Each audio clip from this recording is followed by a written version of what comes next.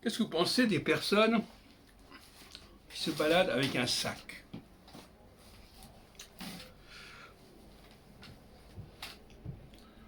Vous savez que pendant très longtemps, c'était les femmes qui avaient des sacs. On appelait ça des sacs à main.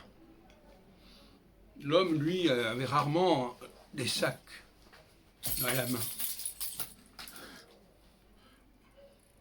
Aujourd'hui, les choses ont changé.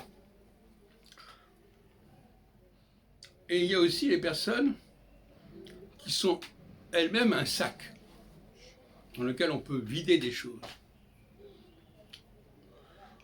Bon, je ne voudrais pas choquer les femmes, mais enfin, quelque part, la femme comporte un sac dans lequel elle va recevoir la semence de l'homme et elle va la développer, la couver.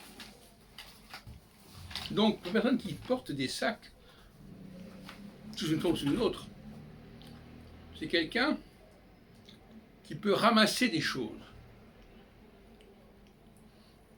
qui traînent, des choses qui se présentent, des choses qui tombent sous son nez, ce qu'il a sous la main.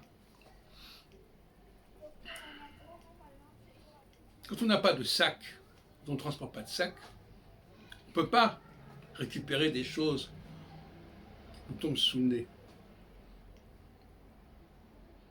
En revanche, quand on a un sac, eh bien la tentation est grande de le remplir, ce sac. De le remplir avec ce qui se présente. L'occasion fait le larron.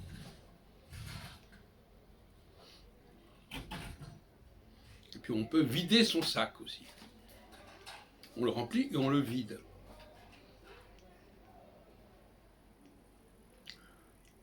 Les Anglais, les Américains ont l'expression bagman. Pas exactement ce qu'elle veut dire. La personne qui se balade avec un sac, avec un bag.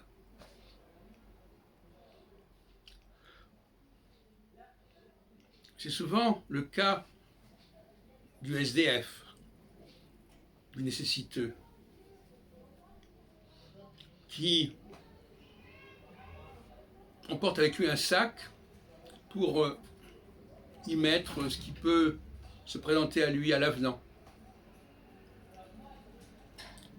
Ceci, cela, etc.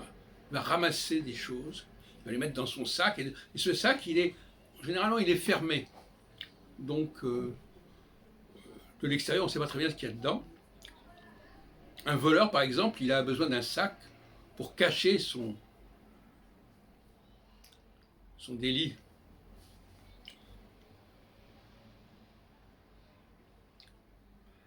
Autrement dit, faites attention aux personnes qui ont un sac et qui peuvent s'approprier des choses qui se présentent,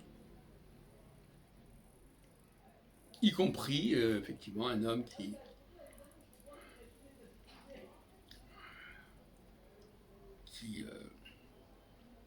fait un enfant, qui libère son sperme dans ce sac de la femme. Et ensuite, la femme, eh bien, elle a ce sac, elle a cet enfant. J'en parlais ce matin avec une amie.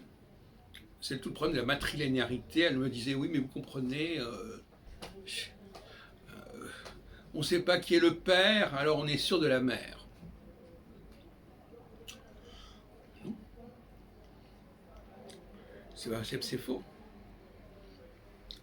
Quand on ne sait pas qui est le père, ben, il faut faire des enquêtes. ADN ou je ne sais pas quoi. Il faut regarder, il faut vérifier, etc. Mais la mère, elle ne fait que transporter quelque chose. Elle n'est pas la garante de ce qui a été émis.